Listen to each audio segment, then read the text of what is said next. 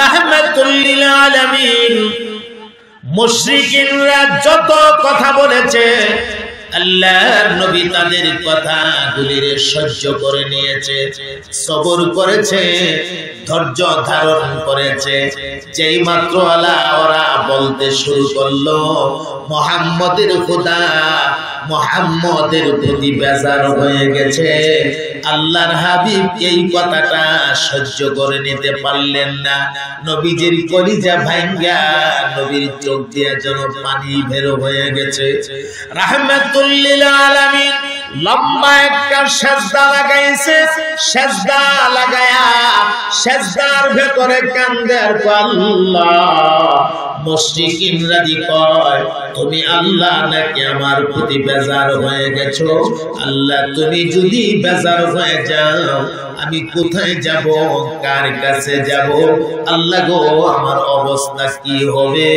রাসূল পাকের কান্নার কারণে চোখের পানি নিচের দিকে পড়তে পড়তে সেজদার জায়গা বরাবর, চেহারা বরাবর নিচের মাটি গুলো একদম কাদা হয়ে গেছে। আর সেজদা এমন লম্বা দিয়েছে আল্লাহ হাবিব পাগুলিকে ধরে রাখতে পারলেন না, পাগুলি আপনি আপনি পেছন দিকে সরে গেছে। রাসূল পাকের চেহারায় আনোয়ার মাটির মধ্যে চাপ দিয়া লাইগা গেছে। আল্লাহর নবী চেহারায় আনোয়ার একদম লাল হয়ে গেছে। রাসূল পাক সেজদার ভেতরে এই অবস্থায় চিল্লায় চিল্লায় বলতেছে ওগো আমার আল্লাহ, আল্লাহ আপনি নাকি আমার প্রতি বেজার হয়ে গেছেন? আপনি যদি বেজার হয়ে যান আমার কি উপায় হবে? এমন সময় আহকামুল হাকিমিন আল্লাহ রাব্বুল আলামিন জিবরাইলের ডাক দিয়ে কয়, যারে জিবরাইল যা যা আমার হাবিবের কানে গিয়ে সূরাতুদ দুহা তিলাওয়াত করে দে। আমার বন্ধুরে জানে দে জিবরাইল আমি আল্লাহ আমার বন্ধুর প্রতি বেজার হয় না। আল্লাহু আকবার বলে। এমনি জিবরাইল আমিন এসে আল্লাহর হাবিবের কানের কাছে সালাম দিলেন। যেই মাত্র জিবরাইল সালাম দিয়েছে আল্লাহর নবী কলিজার ভেতরে যেন আলাদা একটা শান্তি অনুভব হইতেছে। জিবরাইল 15টা দিন পরে আসছে।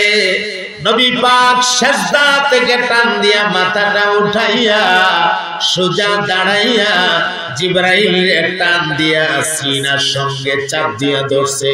আল্লাহর নবী ডাক দিয়া করে, জিবরাইল এতদিন পর্যন্ত আমারে না দেখে তুমি কেমনে থাকলা?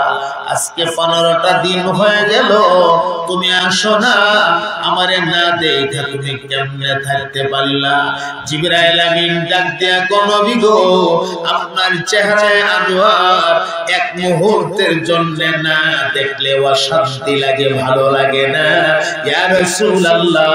কিন্তু কি করব, আল্লাহ রাব্বুল আলামিনের পক্ষ থেকে কোনো অর্ডার নাই, আমিও আসতে পারি না। আজকে অর্ডার হয়েছে, আমি ওহী নিয়ে আসছি, আপনি শুনেন। মহান আল্লাহ আপনার প্রতি বেজার হয়ে যায়নি, আপনাকে সান্ত্বনা দেওয়ার জন্য আস্তে একটা সূরা আল্লাহ আমাকে দিয়া পাঠাইছে। সূরাটার নাম হচ্ছে সূরাতুদ দুহা। সুবহানাল্লাহ পড়ে।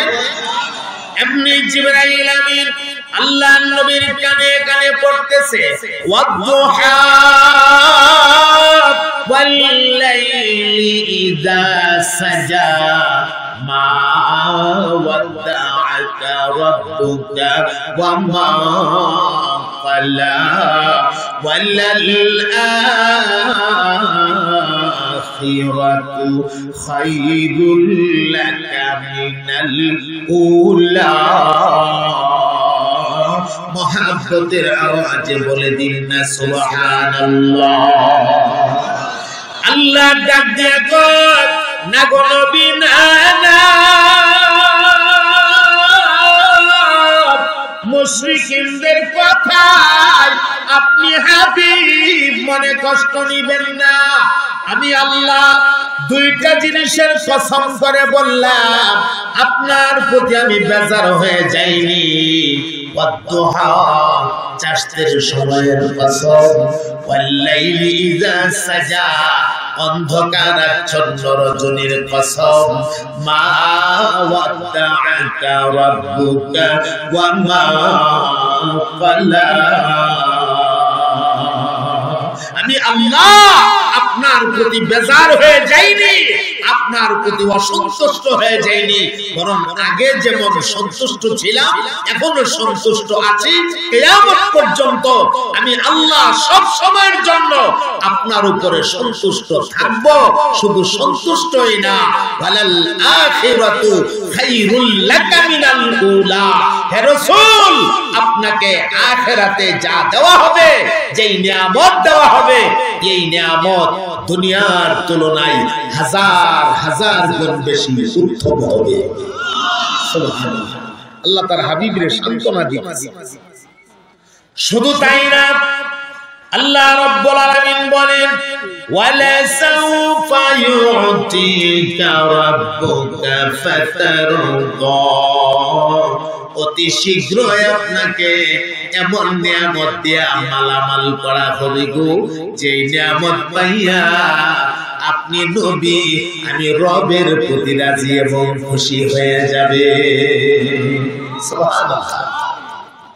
আমার ভাইয়েরা, মুশরিকিনরা রাসূলকে মস্কারা করত, মজাক করত, মুহাম্মদের খোদা মুহাম্মদের প্রতি বেজার হয়ে গেছে। আল্লাহ সূরা নাযিল করে তার হাবিবের সান্ত্বনা দিয়েছে। এখন আমরা সূরার ভেতরের কথাগুলি ধারাবাহিকভাবে শুনতে থাকবো ইনশাআল্লাহ। ধৈর্য আছে তো আল্লাহর রহমতে? ধৈর্য আছে? মহাব্বতে কয়েক মর্তবা জিকির করেন, পরীক্ষামূলক জিকির। আপনাদের জিকিরের আওয়াজটা যত সুন্দর হবে, যত উঁচা হবে, ইনশাআল্লাহ আলোচনা তত লম্বা হবে। আর যদি দিকে আপনাদের জিকিরের আওয়াজের বাপ বালানা, আমি কিন্তু আখিরু দাওয়ানা সাফ কতই বলা। মহাব্বতের আওয়াজে পড়েন লা ইলাহা ইল্লাল্লাহ।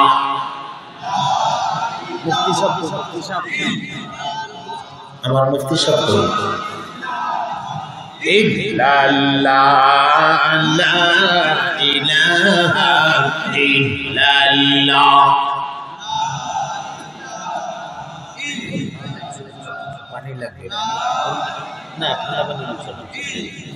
মহাব্বতে পড়েন লা ইলাহা ইল্লাল্লাহ, লা ইলাহা ইল্লাল্লাহ, লা ইলাহা ইল্লাল্লাহ, লা ইলাহা ইল্লাল্লাহ।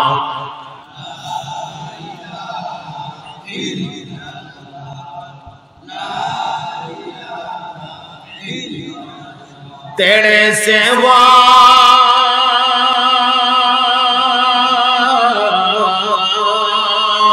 माबूद हमारे कोई नहीं है, अल्लाह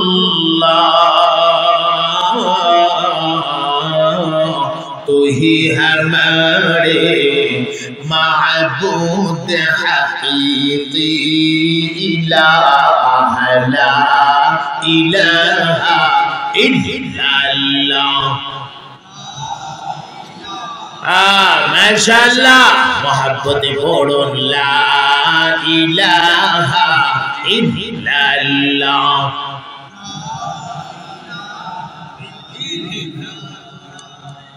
ला इलाहा इल्लल्लाह,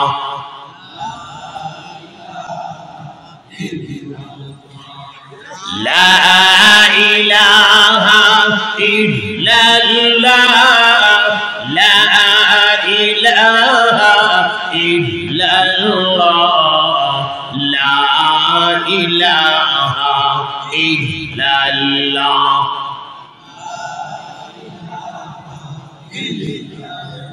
লা ইলাহা ইল্লাল্লাহু মুহাম্মাদুর রাসূলুল্লাহ। পড়ুন সবাই সাল্লাল্লাহু আলাইহি ওয়াসাল্লাম। আল্লাহ পাক চাষতের সময়ের কসম খাইছেন। সময়টা কোনটা? এটা যখন পূর্ব আকাশে সূর্য পরিপূর্ণ আলো দিয়ে উঠে বা পরিপূর্ণ আলো দিয়ে যখন সূর্য উপরের দিকে উঠতে থাকে, যে টাইমটা চাষতের সময়, এটি গুরুত্বপূর্ণ একটি টাইম, ফজিলতপূর্ণ একটি টাইম। যেই টাইমে কোনো মানুষ সেজদা দিয়ে আল্লাহর কাছে যে কোনো দোয়া করবে, এই দোয়াটি কবুল হয়ে যায়। এই টাইমের কসম খাইছে। আর একটা কসম খাইছেন লাইলে সাজা, অন্ধকার আচ্ছন্ন রজনী। এখানে অন্ধকার আচ্ছন্ন রজনী দিয়া মোরাদ হইল রাতের একদম যখন রাত্রটা গভীরে পৌঁছে যায়, এর মানে রাতের 3 ভাগের 2টা ভাগ যখন বিদায় হয়ে যায় আর একটা অংশ বাকি থাকে, যেই টাইমে মহান আল্লাহ রব্বুল আলামিন তার আরশে আজিম সাইরা দিয়া আল্লাহ নিজে বান্দার ভালোবাসার মহব্বতের কারণে সামায়ে দুনিয়ার আসমানটার মধ্যে নাজিল হয়ে যায়। আল্লাহ ডাকতে থাকে, আচশনি রেখে রিজিকের অভাবে বিরাট কষ্টে আছস, এ বান্দা আমি তোর মহান আল্লাহ তোর ভালোবাসার মহব্বতের কারণে আমার আরশে আজিম তারে ছাইরা দিয়া সামায়ে দুনিয়ার আসমানটার মধ্যে চলে আসছি। উঠে বান্দা উঠ, জলদি করে ঘুম থেকে যা, আমার কাছে রিজিক চা, আমি তোর আল্লাহ তোর দেওয়ার জন্য তোর কাছাকাছি চলে আসছি। সুবহানাল্লাহ। আল্লাহ ডাকতে থাকে, আচশনি রেখে এ বান্দা বিমারে বড় কষ্টে আছস, আমার কাছে বল, আমি তোর মহান আল্লাহ বিমার থেকে শিফা দিয়ে দেব। যেখানে দুনিয়ার ডাক্তাররা ফেল হয়ে যায়, দুনিয়ার ডাক্তারের চিকিৎসা চলে না, এই জায়গা থেকে আমার আল্লাহর চিকিৎসা মাত্র শুরু হয়। কথা বলেন ঠিক কিনা? ডাক্তার ফেল হয়ে গেল, আল্লাহ যদি চায় মানুষটাকে আমি সুস্থ করে দেব, সম্ভব না অসম্ভব।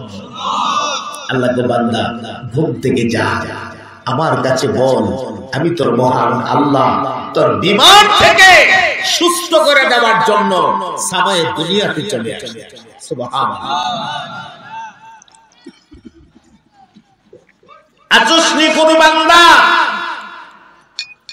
গুনাহ করতে করতে একেবারে জর্জরিত হয়ে গেছো, বান্দা তোর সামনে গুনাহ, তোর পেছনে গুনাহ, তোর ডাইনে গুনাহ, তোর বামে গুনাহ, আমি আল্লাহর কাছে বল, আমি তোর মহান আল্লাহ তোর গুনাহ ক্ষমা করে দেওয়ার জন্য আরশ ছাইরা দিয়া সামায়ে দুনিয়াতে চলে আসছে। সুবহানাল্লাহ।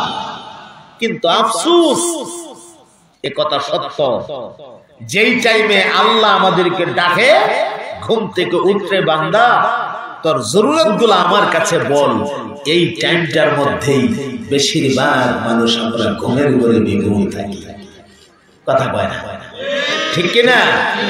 ঘুম আরো চাপে, লেপ খাতা কম্বল আরো টেঙ্গা লাগাই, ঘুম বেশি করে চাপে, অথচ পশু পঙ্খিরা পর্যন্ত ঘুম থেকে জায়গা যায়।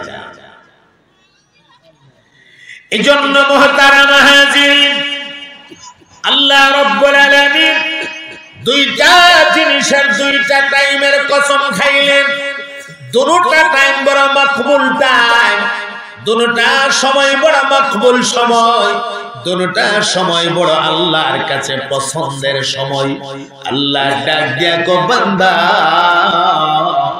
আমার কাছে বল, আমি তোদের জরুরত মিটাইয়া দেব।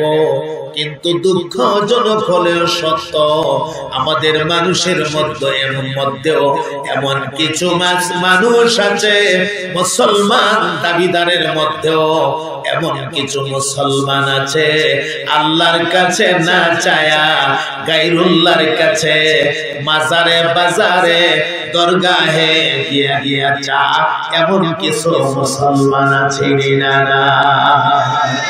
আরো জোরে বলেন আছে না নাই? আমি জানতে চাই, মাজারের বাবা আপনার প্রয়োজন মিটায় দেওয়ার ক্ষমতা আছে কি? আরো জোরে বলেন আছে? আরে বেচারা নিজেই তো এখন বিপদে, কোন হালতে আছে আল্লাহ ভালো জানে, ঠিক কিনা? আর তুমি গিয়া কো বাবা আমার একটা সন্তান দাও, তোমার বাবা তোমারে কইতে সন্তান দিত? আসেনি আসেনি। আমরা চাইবো কার কাছে? বলেন, সন্তান চাইবো কার কাছে? আমরা রিজিক চাইবো কার কাছে? আমরা হায়াত চাইবো কার কাছে? আমরা মৌতের জন্য প্রস্তুত থাকবো, আমাদের মৌত দেবেন কে? কোন সন্দেহ আছে? আমাদের চেয়ারম্যান সাহেব শুরুতেই বলছেন ব্যস্ততা আছে, ব্যস্ততার কারণে উনি শেষ পর্যন্ত বসতে পারবেন না, উনি একটু বিদায় নিতেছেন। আমরা ওনার সুস্বাস্থ্য কামনা করছি, আল্লাহ পাক ওনাকে সুস্থ রাখেন, আমিন বলেন, মহাব্বতে বলেন আমিন। সম্মানিত হাজিরিন, খুব মনোযোগ দেন। আমিও খুব বেশি একটা লম্বা করব না, আপনাদের খুব লম্বা সময় নষ্ট করব না। আমার একটা টার্গেট আছে, হ্যাঁ, এই পর্যন্ত গিয়ে আমি ইনশাআল্লাহ কথা শেষ দেব, কারণ ফজরের নামাজ আমাদের সামনে আছে। আমরা যদি আস্তা রাত ভর বয়ান শুনলাম আর ফজরের নামাজ পড়তে পারলাম না, এই ওয়াজের কোনো অর্থ হবে না, ঠিক কিনা? সারা জীবনের ওয়াজ যদি এক পাল্লায় রাখা হয় আর এক ওয়াক্তের এক রাকাত নামাজকে যদি অপর পাল্লায় রাখা হয়, নামাজের পাল্লাটা ভারী হয়ে যাবে, ঠিক কিনা? এটা ফরজে বাজে। কষ্ট হইতেছে আপনাদের নাকি রাত বেশি হয়ে গেছে?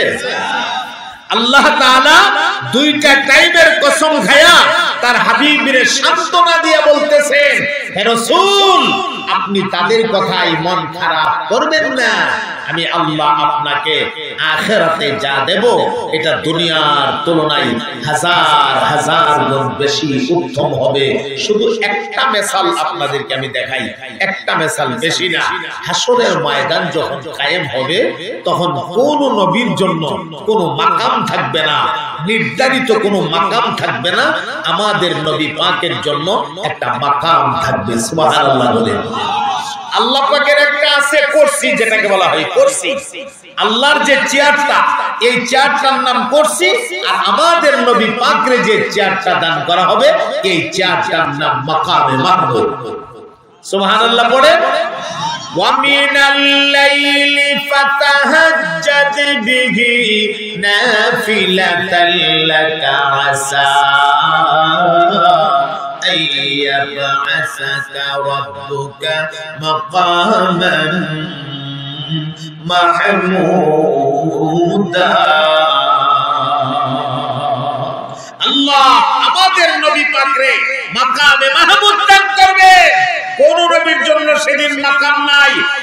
আদম আলাইহিস সালাতু ওয়াস সালামের মতো নবী, মানব জাতির শিকড় বা গোড়া, উনার জন্য মাকাম নাই। পয়গম্বর ঈসা রূহুল্লাহর জন্য মাকাম নাই। মুসা কালিমুল্লাহর জন্য মাকাম নাই। ইসমাঈল জাবিহুল্লাহর জন্য মাকাম নাই। পয়গম্বর জাকারিয়ার জন্য মাকাম নাই। পয়গম্বর ইয়াহইয়ার জন্য মাকাম নাই। পয়গম্বর ইউনূসের জন্য মাকাম নাই। পয়গম্বর আইয়ুবের জন্য মাকাম নাই। লক্ষাধিক নবী রাসূল আল্লাহ দুনিয়াতে পাঠিয়েছিলেন, কারোর জন্য সেদিন কোনো মাকাম থাকবে না। একমাত্র আমাদের নবীকে আল্লাহ পাক একটা মাকাম দান করবে, যেই মাকামটার নাম মাকামে মাহমুদ। সুবহানাল্লাহ। এই মাকাম থেকে রাসূল পাক সুপারিশের কার্যক্রম শুরু করবেন। সে অনেক লম্বা হাদিস, আমি যদি শোনাইতে চাই সময়েরও দরকার। আমার ভাইয়েরা, এরপরে হাউজে কাউসার আল্লাহ তাআলা আমাদের নবী পাকরে দান করবে। সুবহানাল্লাহ বলবেন না? পরকালের নিয়ামত, সবচেয়ে বড় যে নিয়ামতটা, এটি হলো আল্লাহ তাআলা আমাদের নবী পাকরে দিয়া আল্লাহর জান্নাতটাকে উদ্বোধন করবে। জান্নাতকে প্রতি রমজানে সাজানো হয়, জান্নাতকে উদ্বোধন করবেন আল্লাহ আমাদের নবী পাককে দিয়া। আল্লাহ পাক আমাদের প্রতিটা মানুষকে আমি যে কথাগুলি বলেছি এর ভেতরে সবক থাকলে কর্মজীবনে কাজে লাগাবার তৌফিক দান করেন, সবাই বলেন আমিন। আমরা প্রত্যেকটা মানুষ রাসূল পাকের মহব্বত দিয়া আমাদের কলিজাকে ভরব, আমাদের কলিজায় শুধু রাসূল পাকের মহব্বত আর মায়া দিয়া কলিজা আমরা ভরব, আমাদের দেহটাকে আমরা রাসূলের তরিকা দিয়া সাজাবো, বলেন ইনশাআল্লাহ। রাসূল পাকের সাথে আমরা মহব্বত রাখবো, আল্লাহর আহকামাতগুলিকে রাসূল পাকের তরিকা অনুযায়ী আমরা পালন করার চেষ্টা করব, বলেন ইনশাআল্লাহ। মুহতারাম হাজিরিন, বছরে একবার মাদ্রাসার উদ্যোগে মাহফিল হয়, মাদ্রাসাকে সামনে রেখে একটা মাহফিলের আয়োজন করা হয়, আপনাদের জন্য দ্বীনি কিছু কথাবার্তার ব্যবস্থা করা হয়, দ্বীনি পরিবেশ করা হয়। আপনারা মোনাজাতটা দিয়ে যাবেন, সবাই মোনাজাত না দিয়ে যাবেন না, রাত অনেক হয়ে যাওয়ার কারণে আপনাদের মধ্যে আমি একটা অমনোযোগী অবস্থা দেখছি। এই অমনোযোগী অবস্থায় কিন্তু কথা বলা যায় না, এই জন্য আমি ওয়াজটাকে শর্ট করে দিয়েছি। সম্মানিত হাজিরিন, আপনারা মাদ্রাসাটার জন্য একটু প্রস্তুতি নেবেন এই মুহূর্তে আমার সাথে। বিশেষ করে আজকের মাহফিলে যারা সম্মানিত মেহমান বৃন্দ ছিলেন, আমাদের অতিথি বৃন্দরা যারা আছেন, ওনাদের মাঝে যারা মাদ্রাসায় শরীক হয়েছেন, আলহামদুলিল্লাহ, তাদের জন্য আমরা আল্লাহ তাআলার কাছে দোয়া করব, আল্লাহ তাআলা তাদেরকে উত্তম বদলা দান করেন, বলেন আমিন। মহব্বতের সাথে বলেন আমিন। যারা যারা বাকি আছে এখনো দেই নাই আমাদের সম্মানিত মেহমানরা, আমি মেহমানদেরকে আমি অনুরোধ করব, অতিথি বৃন্দদেরকে অনুরোধ করব, মাদ্রাসার পাশে আপনারা যদি একটু দাঁড়ান, ইনশাআল্লাহ এই মাদ্রাসা আল্লাহর মেহেরবানিতে দিন দিন এগিয়ে যাবে। আপনারা দেখছেন ছেলেদের মাথায় পাগড়ি দেওয়া হয়েছে, আমার ভাই এটা বহুত বড় একটা নিয়ামত। এই পাগড়ি আপনারা দেখছেন যে সাধারণ একটা সাদা কাপড় মাথায় পেঁচাইয়া দেওয়া হয়েছে, এটা কিন্তু নূরানি পাগড়ি। এই পাগড়ি সাধারণ পাগড়ি না। আল্লাহ তাআলা এই হাফেজে কোরআনের আব্বা আম্মাকে হাসরের মাঠে নূরের মুকুট পরায়া আল্লাহ তাআলা হাসরের ময়দানে উঠাবে। আমরা যে দেখছি আমাদের কোনো ফায়দা নাই, আমাদেরও ফায়দা আছে। আল্লাহ তাআলা এই ওসিলায় আমাদেরকেও নাজাতের ফয়সালা করে দিতে পারেন। মাদ্রাসাটার জন্য আপনারা একটু মাদ্রাসার পাশে দাঁড়াবেন। আল্লাহ পাকের কোন কোন বান্দা আছেন আপনারা হিম্মত করে একটু সাহস করে একটু হাত তুলবেন যে আমি মাদ্রাসার জন্য 10,000 টাকা দেব। আমি মাদ্রাসার ভেতর থেকে কালিমায়ে শাহাদাতের আওয়াজ বের হয়ে গেছে। বিষয়টি খেয়াল করে, কালিমা বের হয়েছে কোন জায়গা থেকে? মুষ্টির ভেতর থেকে। তার মানে মুষ্টির ভেতরে আছে কি? মূর্তি, মানে আবু জাহালের খোদা। সে যারে খোদা বানায় পূজা করে। এখন তার তো ভীষণ রাগ উঠছে শরীরে, মূর্তি দ্বারা এইভাবে চুইরা মারছে জুড়ে এইভাবে। আরে বাপরে বাপ, মুহাম্মদ তুমি এত বড় জাদুকর, তুমি জাদু দিয়া আমার খোদাটারে পর্যন্ত তোমার বলি বলাই লইলা। আগে বলছি কি কালিমা পড়বে, এখন কয় তুমি জাদুকর। ভাবতেছেন কপালে হেদায়েত নাই। ভাই হেদায়েত দেওয়ার মালিক কে? আওয়াজ দিয়া বলেন। আর আমরা যদি ইসলামের ইতিহাস লক্ষ্য করি, ওই হাবশী দেশ থেকে, তাও মালিক না গোলাম মানুষ, হযরত বেলাল হাবশী রাদিয়াল্লাহু তাআলা আনহু রাসূল পাকের দরবারে আয়েশা আল্লাহর নবীর হাত মোবারকে ধইরা কালিমা পড়ে মুসলমান হয়ে গেছে। শুধু মুসলমান হয়েছে এমন না, হযরত বেলালের মাকাম এত উঁচা হয়ে গেছে, হযরত বেলাল আযান না দিলে আল্লাহ পাক আসমানের সূর্যকে আটকায় দিয়েছে। চিন্তা করছেন? মুনাফিক মার্কা কিছু মুসলমান ছিল। মুনাফিক বুঝেন তো? মুনাফিক দ্বিমুখী। রাসূলের দরবারে আসতে বলতেন আমরা আপনার সঙ্গে আছি, আবার যখন আবু জাহাল, আবু লাহাব, উতবা, শাইবা, ওলীদ ইবনে মুগীরাদের কাছে যাইতেন, বলতেন আমরা তোমাদের সাথে আছি। পবিত্র কোরআন শরীফে এদের বিষয়ে আসছে, ওরা এরকম দ্বিমুখী কার্যক্রম পরিচালনা করতেন, দ্বিমুখী চলাফেরা করতেন। নাউজুবিল্লাহ বলে। وَإِذَا لَقُوا الَّذِينَ آمَنُوا قَالُوا آمَنَّا وَإِذَا خَلَوْا إِلَى شَيَاطِينِهِمْ قَالُوا إِنَّا مَعَكُمْ إِنَّمَا نَحْنُ مُسْتَهْزِئُونَ।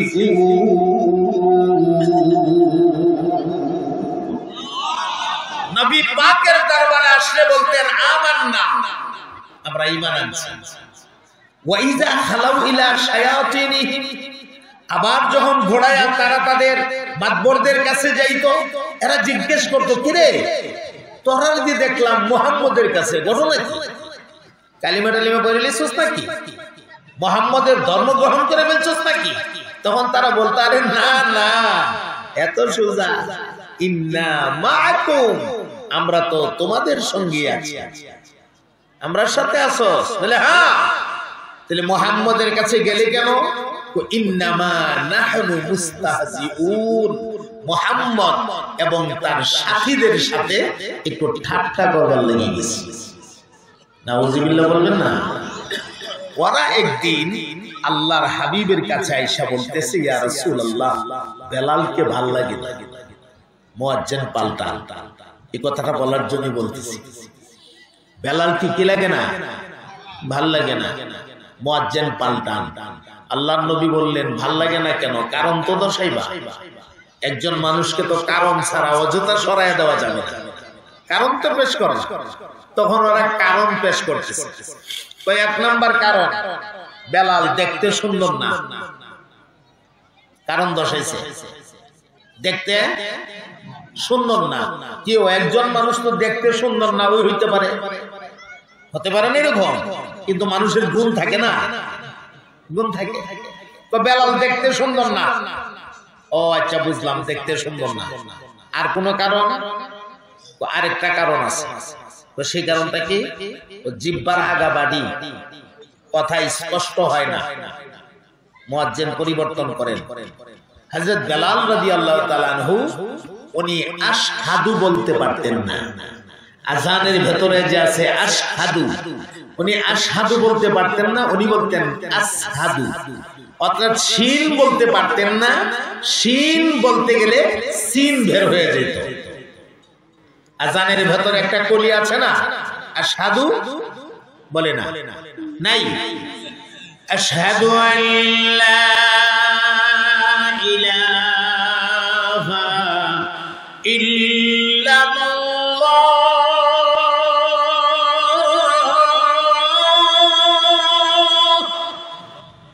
আশহাদু আন্না মুহাম্মাদার রাসূলুল্লাহ।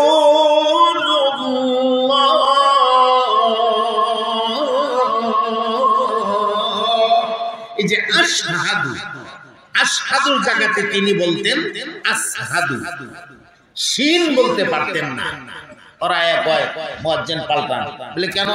উনি শিন কইতে পারে না, সিন কয়। তো এক বেচারার জিহ্বার আগা বাড়ি থাকলে কথা স্পষ্ট না হওয়াটা স্বাভাবিক, এমনটা হতেই তো পারে। এক বেচারা ছোট মানুষ তালুর বাড়িতে গেছে বেড়াইতে, তালুর বাড়ির পাশে বেড়াইতে গেছে, তো 2 দিন বেড়ায় তালুই, হ্যাঁ 2 দিন তো বেড়াইছি, এবার ছুটি দিন চলে যায়, তালুই কো না ফুটলা, আরেকদিন থাকো। কি কয়? না ফুটলা আরেকদিন থাকো, ফুটলা কয়। তো ছোট মানুষ না, দৌড়ে আসছে আব্বার কাছে, আব্বার কাছে আয়কো, আম্মার কাছে আয়কো, আম্মা কি হয়েছে রে? আমরা তালুই যে আমার ফুটলা ডাকে। মা তো বাবা রে, তোর তালুই তোর ফুটলা ডাকে না, তালুই ফুটরা ওই ডাকে। তোর তালুর জিহ্বার আগাটা বাড়ি থাকার কারণে ফুটরা কইলে ফুটলা হইতে যায়, বলে ফুটরা হই, কিন্তু বাইরে জায়গা ফুটলা। তো মানুষের জিহ্বার আগা বাড়ি থাকলে কথা স্পষ্ট না হওয়াটা স্বাভাবিক। তো সম্মানিত হাজিরিন, আল্লাহর হাবিব এদের এই দুইটা কারণ শুনে রাসূল পাক মুয়াজ্জিন পরিবর্তন করলেন।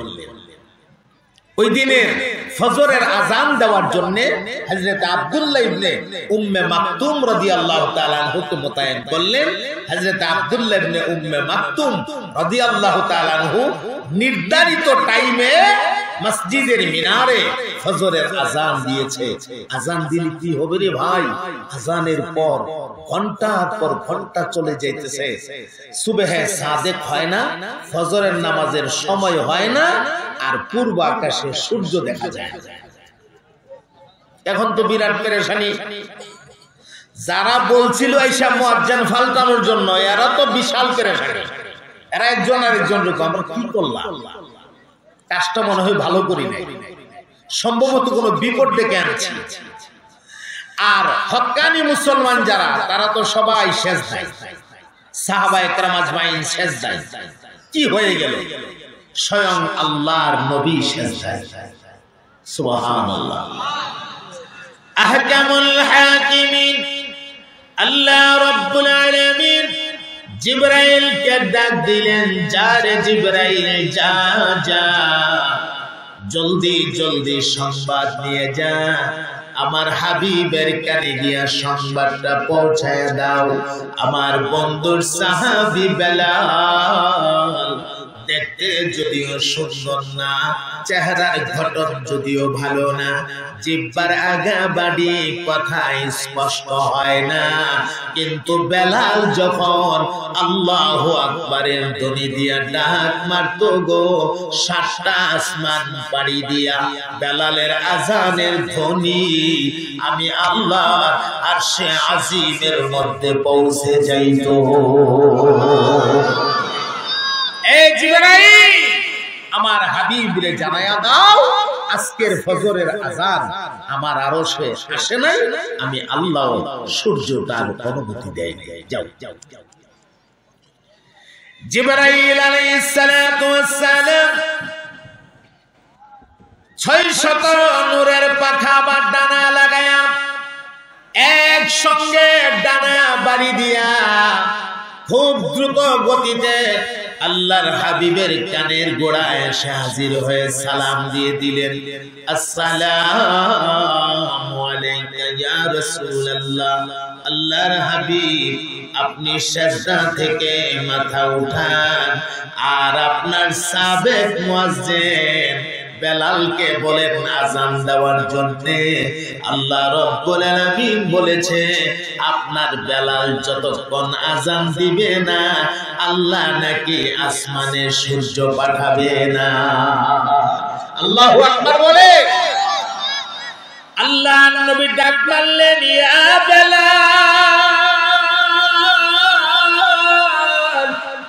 হযরত বেলাল এক কোণা থেকে জবাব দিয়েছে, লাব্বাইকা ইয়া রাসূলুল্লাহ।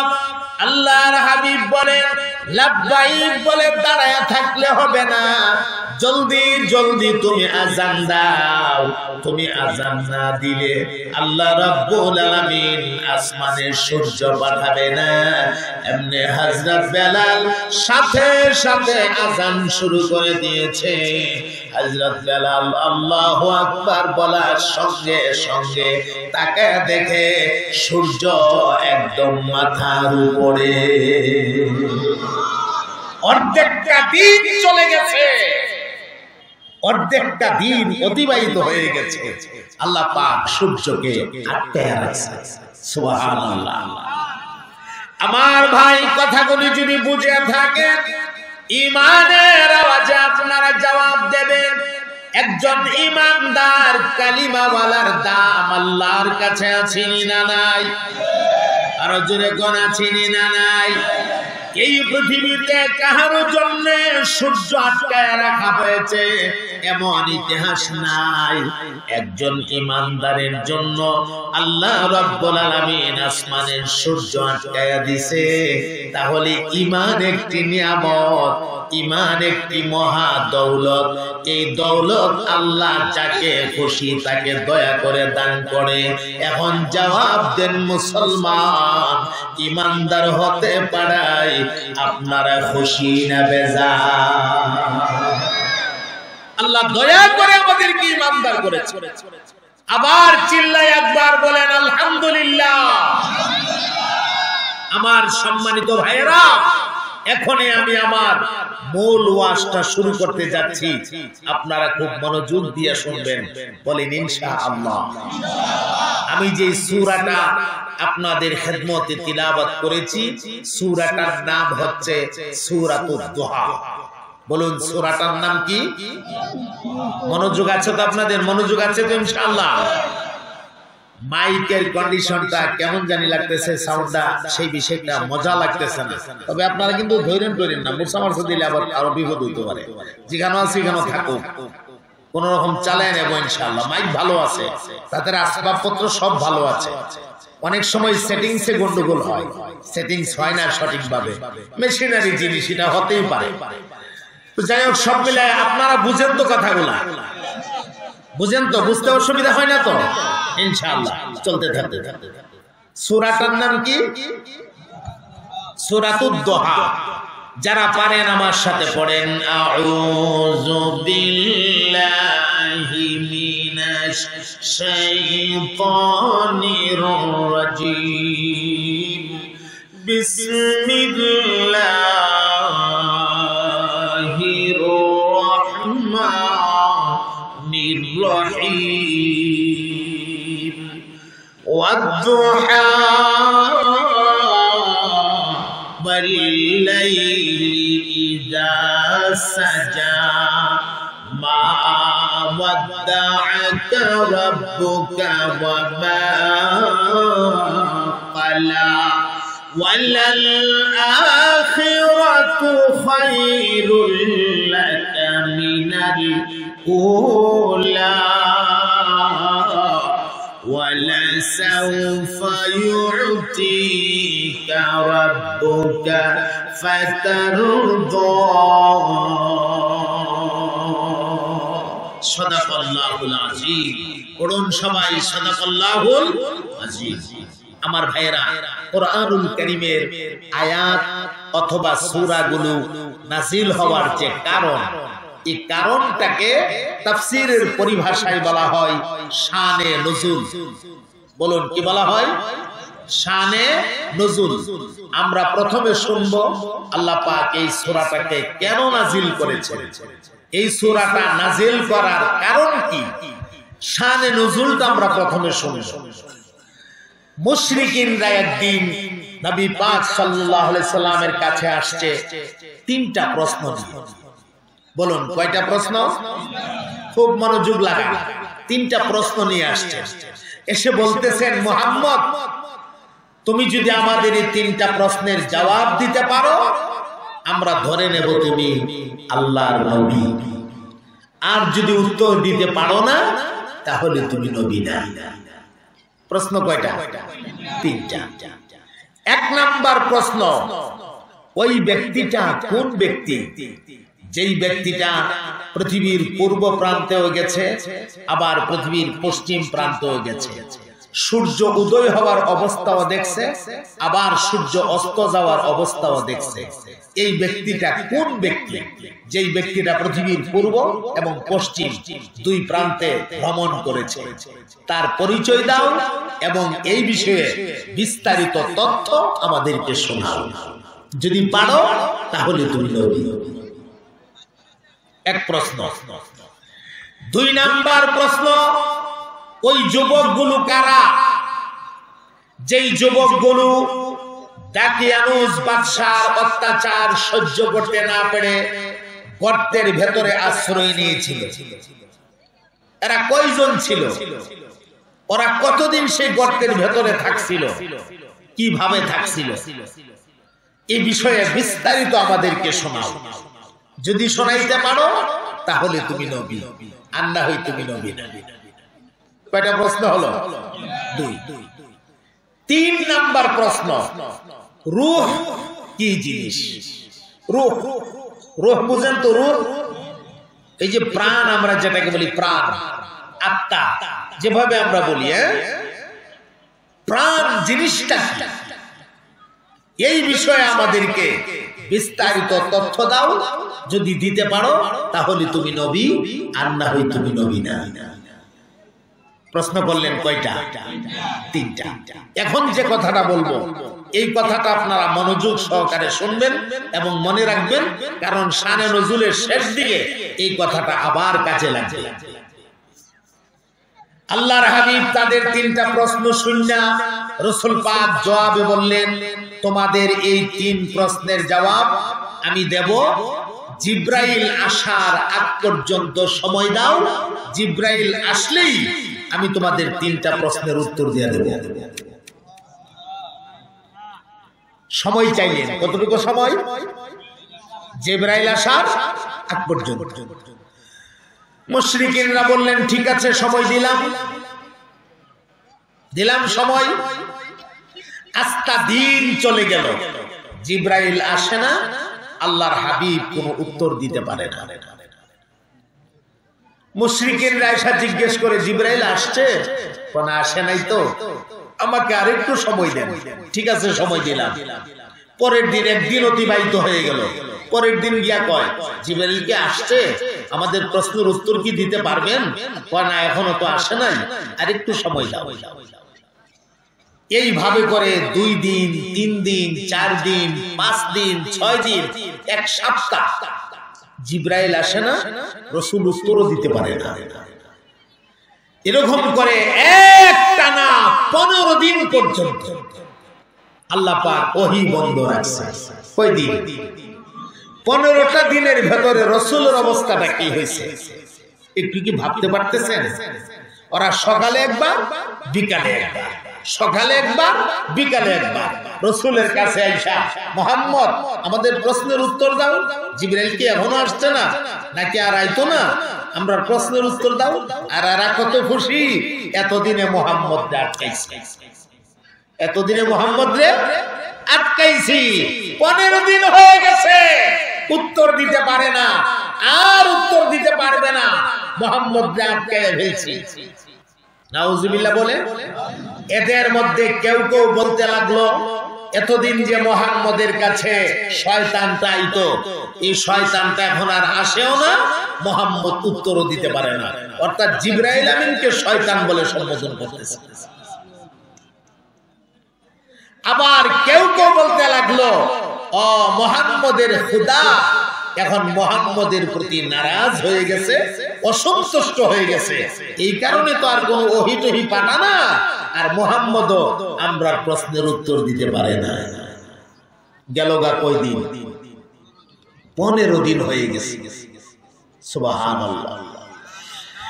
এ মুসলমান বন্ধু আমার, ইমামুল মুরসালিন রাহমাতুল লিল আলামিন, মুশরিকিনরা যত কথা বলেছে, আল্লাহর নবী তাদের কথাগুলির সহ্য করে নিয়েছে, সবর করেছে, ধৈর্য ধারণ করেছে।